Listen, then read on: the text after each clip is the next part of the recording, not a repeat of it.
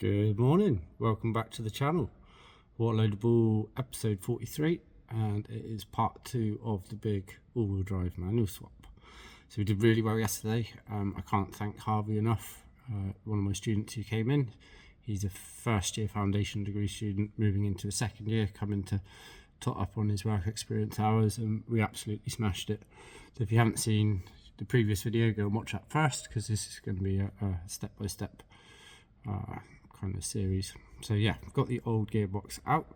Today's plan of attack is to make some space. So we kind of need to move this bulge that you can see here, or extend it at least. So I'm going to flip round and I'll sort of walk through what I'm thinking.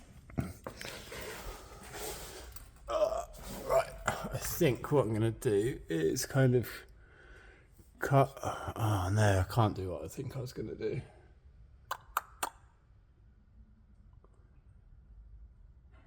Okay. Overnight I didn't think of this, but I was thinking of cutting out a section here, cutting out a section here, moving that there, but I didn't think of this. So I have to have a look at videos from yesterday to see what that is. That looks like it's the cross mount, so that's pretty important. But yeah, there's the back of the engine. So yeah, I'm in the workshop nice and early today. So here we go. We've got pat testers in, so I need to go and sort out a load of stuff for them first. I'll grab a coffee. I think Harvey's getting in at 9. So before we can do anything down here, we need to get the car back on the ground, get the seats out, get the interior out of the way, because we're going to be cutting at least today. I don't think we're going to be doing any welding today, but we need to make room there so that we can move forward with the test fitting of the gearbox and then start thinking about the linkage and things like that. So yeah, let's go.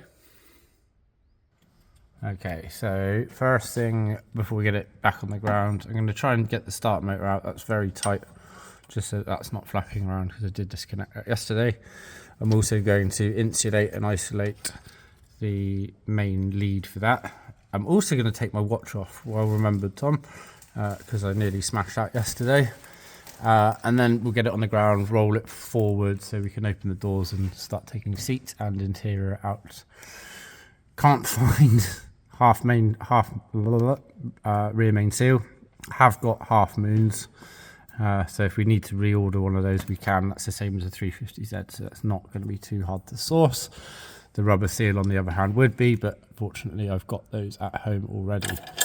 So yeah, I'm going to get the starter motor out, insulate the live, because we might want to put the battery back on once it's on the ground, then get it down and forward. Right, we're actually ploughing ahead and I got carried away with myself, so I thought I'd do a quick recap. Got both seats out now. There's a 14mm socket, 2 on the back, 2 on the front, under some plastic trim. Seats fold up quite nicely to pull out as well.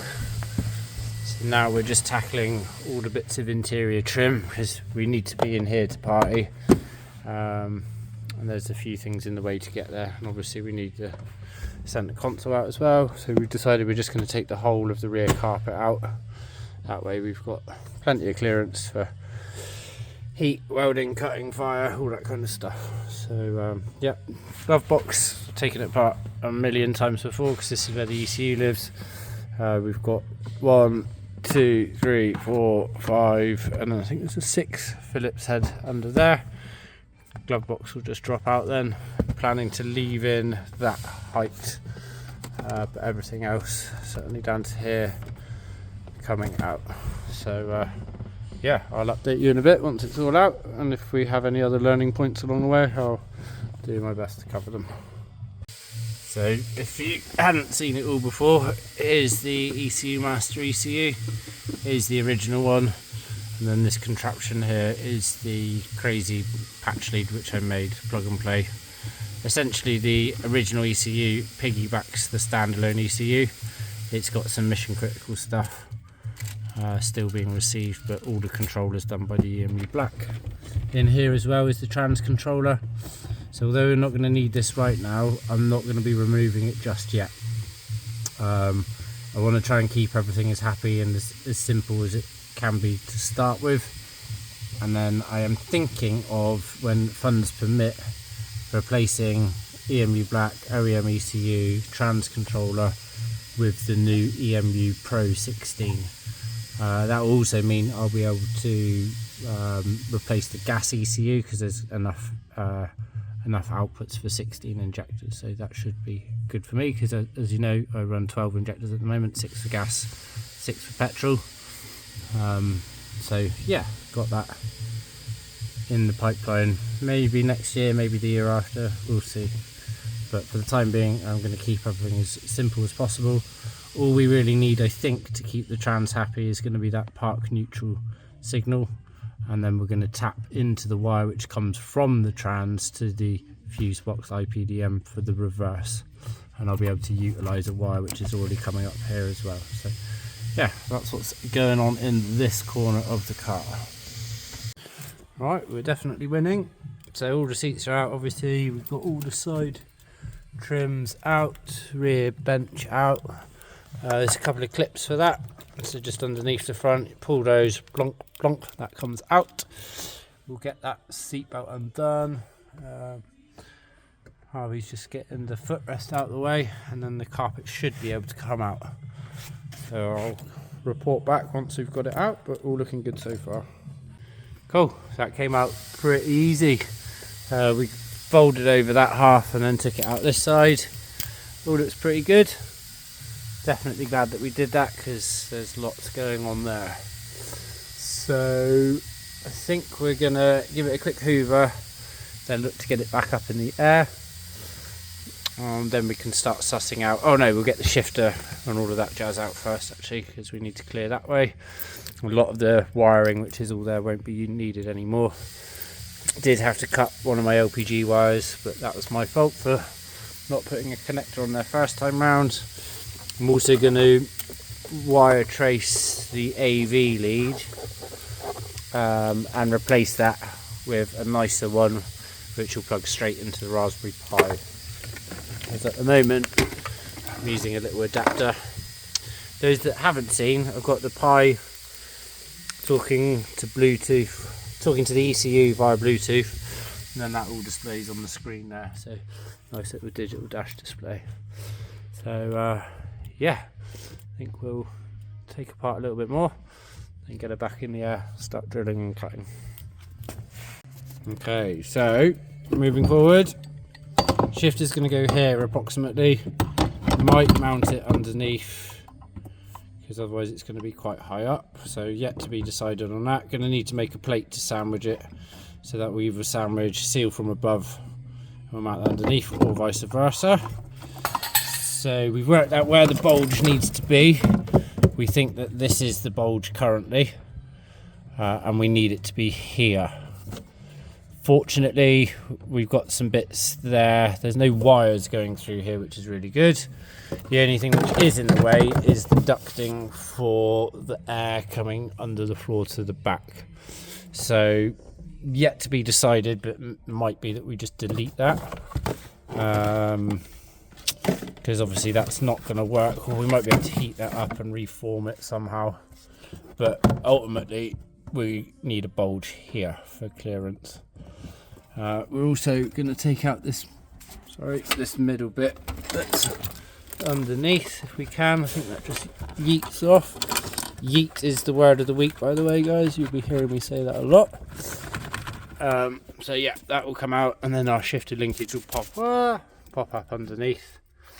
So yeah, we're doing well. As long as the stereo and the gauges are intact, the rest is just an ashtray and stuff. So it might be, yeah, I don't know, but I'm feeling confident. Everything is looking good.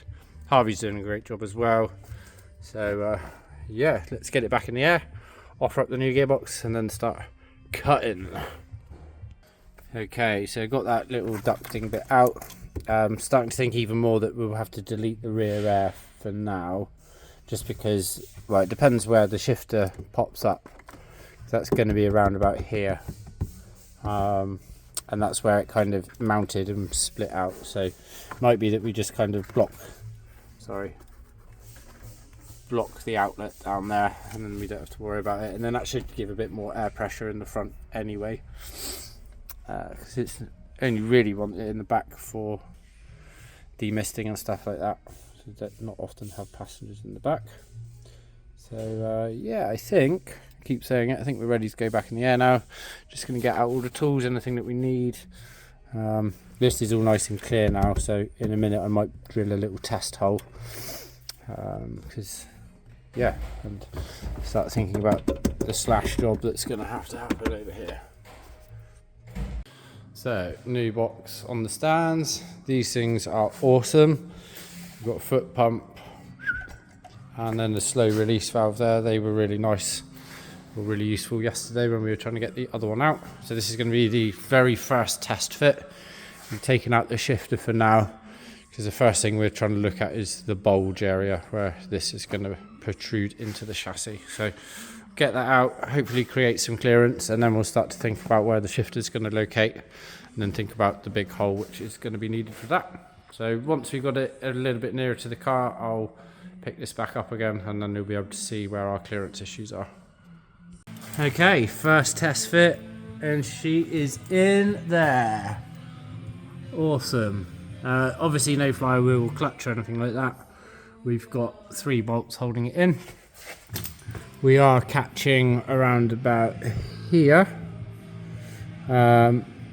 So that's not as drastic as we were thinking, so that's really good.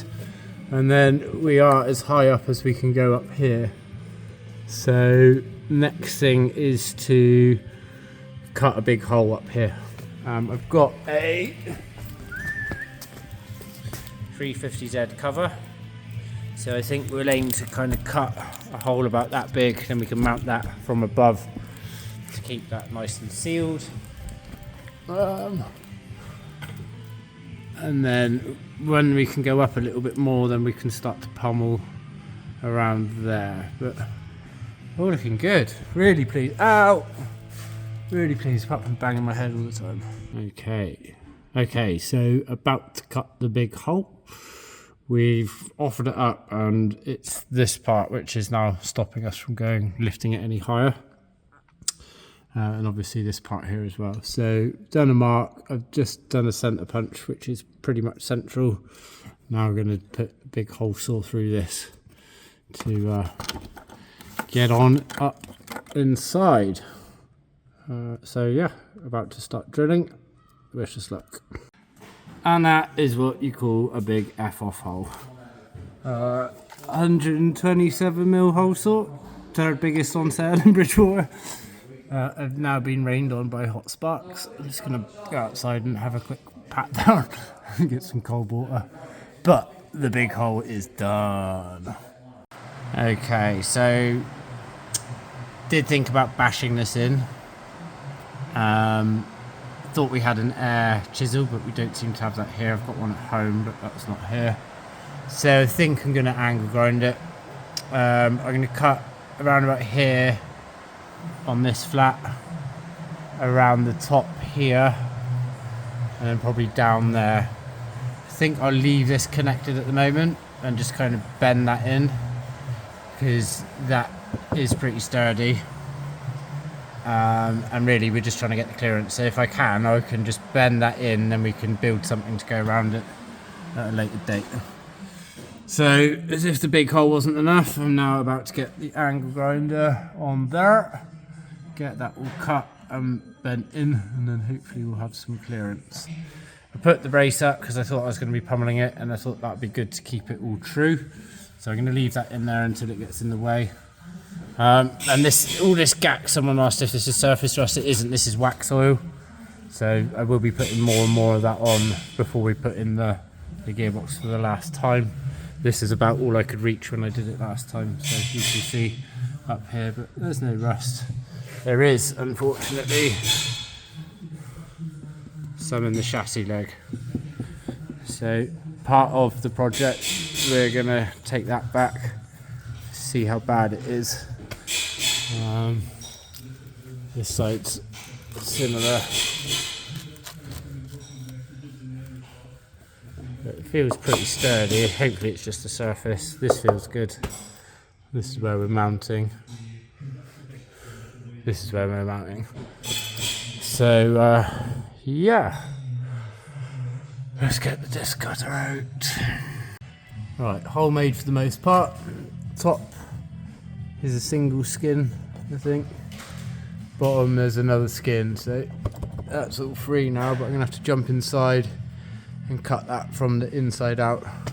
Then I'll come back and tidy it up. So I went over the lines a little bit, but I think that should do, at least as a starting point. Whew, yeah, let's go. Boom. We have a hole for the bulge. So I don't know whether this is going to be perfect first time. It's certainly rough in places, but hey, what can you do? Obviously got the hole at the top, so going to raise the car again, get the cross brace off, offer up the gearbox and see where we're at. Nearly had enough for the day now. It's 5 to 4. I'm hot, sweaty and covered in shards of metal, so I'd quite like to go home and have a shower. But at least going to offer up and see whether we're there or not. If not, might do a couple more extra cuts. Might need to bring this round a little bit. Turns out there's lots of layers of metal there. So, oh well, I'm not the one welding it. Sorry, Gav. Right, we are done for the day. Obviously we've got the clearance up there, but we need a little bit more down here in order to get that further up. It seems to be pushing to the left, and that's mainly because we're getting contact there. This is all looking pretty good though. We've got 2 bolts holding it in, it's nice and flush up there. So, gonna call it a day. A bit too hot and sweaty now. We've had a really good day, really productive day. Can't thank Harvey enough again, because he's been an absolute star and wouldn't be this far along in the project without him, so big up Harvey. As you've seen, going to need to do a little bit more clearancing before we can get the gearbox further up, but we are very, very close. We've been prepping the gear stick as well. We just managed to find some rose joints in one of the store cupboards to maybe use for the linkage, or at least as a prototype. So really thank you for watching, guys. If you haven't done already, please subscribe to the channel, give it a like if you enjoyed it. There'll be more to follow. I'll try and get this one edited tonight with part 1, and then there'll be 2 uploads at the same time. So hope you're enjoying the series so far. Thank you ever so much for watching, and hopefully see you soon.